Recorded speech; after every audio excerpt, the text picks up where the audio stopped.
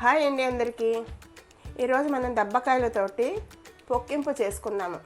దానికి ఏం కావాలి, ఎలా చేయాలో చూద్దాము.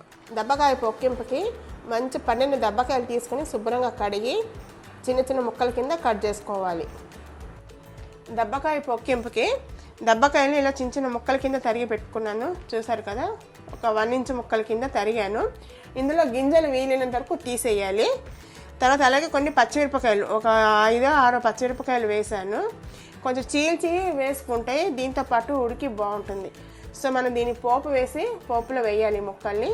అందుకోసం ఒక మూకుళ్ళలో నూనె వేసాను, వేడెక్కింది.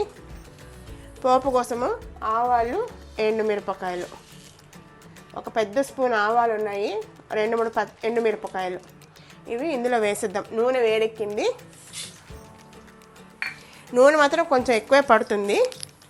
ఇప్పుడు ఇవి 2 దబ్బకాయలు కదా, ఇంచుమించుగా ఒక పావు కిలో నూనె ఉంది ఇది. అలాగే కొంచెం ఇంగువ,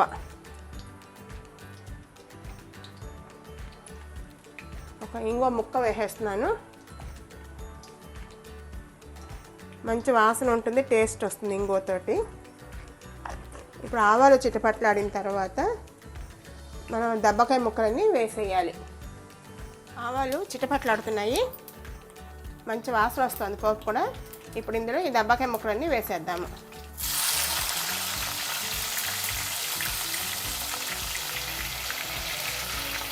వేసేసిన తర్వాత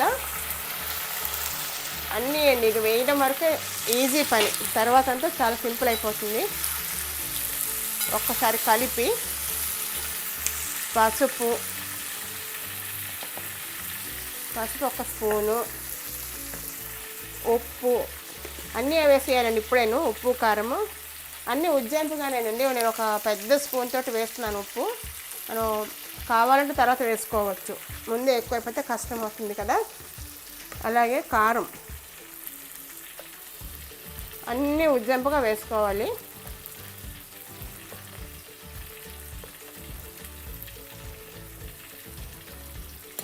కారము అలాగే మనం తినే తీపిని బట్టి, ఇది పుల్లగా ఉంటుంది కదా, తీపిగా పుల్లగా ఉంటుంది పొక్కింపు, దబ్బకాయ పొక్కింపు అనేది. ఇందులో బెల్లం మనకి ఎంత కావాలంటే అంత బెల్లం వేసి, నేను ఒక పెద్ద స్పూన్ తోటి 3-4 స్పూన్లు వేస్తాను. అంటే మేము కొంచెం తీపి ఎక్కువే తింటాము. దీన్ని ఇప్పుడు కలిపేసి బాగా నీళ్లు పోయాలి. నీళ్లు పోసి ఉడికించాలి. అది మెత్తగా ఉడకాలి. ముక్క మెత్తపడితే చాలు. ఆయిల్ కూడా తేలిపోతుంది. నీళ్ళు కూడా కొంచెం ఎక్కువ పడతాయి. ఇది ఒక పెద్ద గ్లాస్ తోటి 2 గ్లాసుల నీళ్ళు ఉన్నాయి. అంతేనండి. ఇది సిమ్లోనో లేకపోతే మీడియం ఫ్లేమ్లోనో పెట్టుకొని, ఈ 2 కాయలు కాబట్టి ఈజీగా ఒక 1/2 అవర్ పడుతుంది ముక్క మెత్తబడి ఉడకడానికి. మధ్య మధ్యలో 1-2 సార్లు మనం కలుపుకుంటూ ఉండాలి. అంతేనండి. మూత పెట్టి ఉడికించుకుందాం. ఇప్పుడు 5 మినిట్స్ అయింది. చూసారు కదా ఉడుకుతోంది. ఒకసారి కలుపుదాము. ఇట్లా మధ్య మధ్యలో చూసుకొని కలుపుతూ ఉండాలండి. ఎందుకంటే బెల్లం వేసాం కదా, ఇంకొంచెం ఎక్కువ నీళ్ళు ఈగిలిన కొద్దీ కింద అంటుకుంటుంది. అందుకని ఒక 5-6 నిమిషాలకు ఒకసారి కలుపుకుంటూ ఉండాలి. ఇది ఉడికి ఇది పాకంలాగా వస్తుంది, ముక్క మెత్తబడుతుంది, ఆయిల్ పైకి తేలుతుంది. అది ఇండికేషన్ అయిపోయినట్టుగా.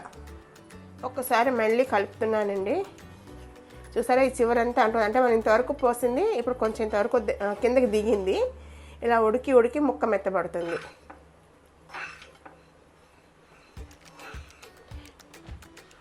అంతే. మళ్ళీ ఇంకొక 5 నిమిషాలు అయ్యాక మళ్ళీ కలుపుకుందాము.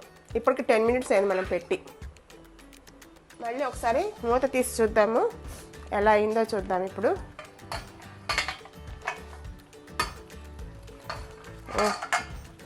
చాలా దగ్గర పడింది. ఇప్పుడు ముక్క ఉడికిందో లేదో చూద్దాము.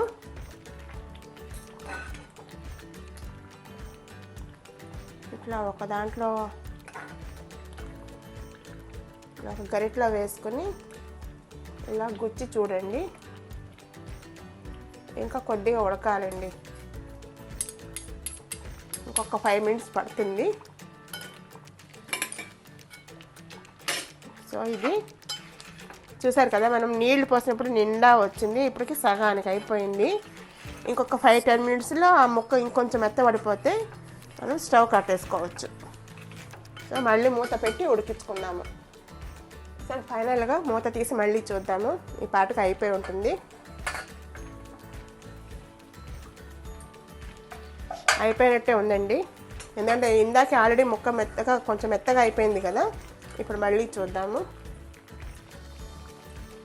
ఇలా వేసుకొని ఇలా నొక్కితే నొక్కబడాలి. చూసారా, నొక్కుతుంది. ఇప్పుడు మనం స్టవ్ కట్టేసుకోవచ్చు.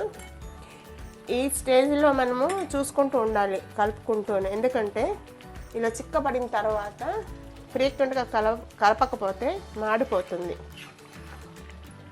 ఇప్పుడు మనం కట్టేసుకోవచ్చండి. నూనె కూడా తేలింది, చాలా బాగా వచ్చింది. ఇందులో ఏంటంటే చాలా సింపుల్ అండి. ఉప్పు, కారం, బెల్లం అన్నీ మన ఇష్టం. ఎలా వేసుకోవాలంటే అలా వేసుకోవచ్చు. తర్వాత ఇదే పద్ధతిలో నిమ్మకాయతో కూడా చేసుకోవచ్చు, చాలా బాగుంటుంది. సో మనం ఇప్పుడు స్టవ్ కట్టేద్దాము.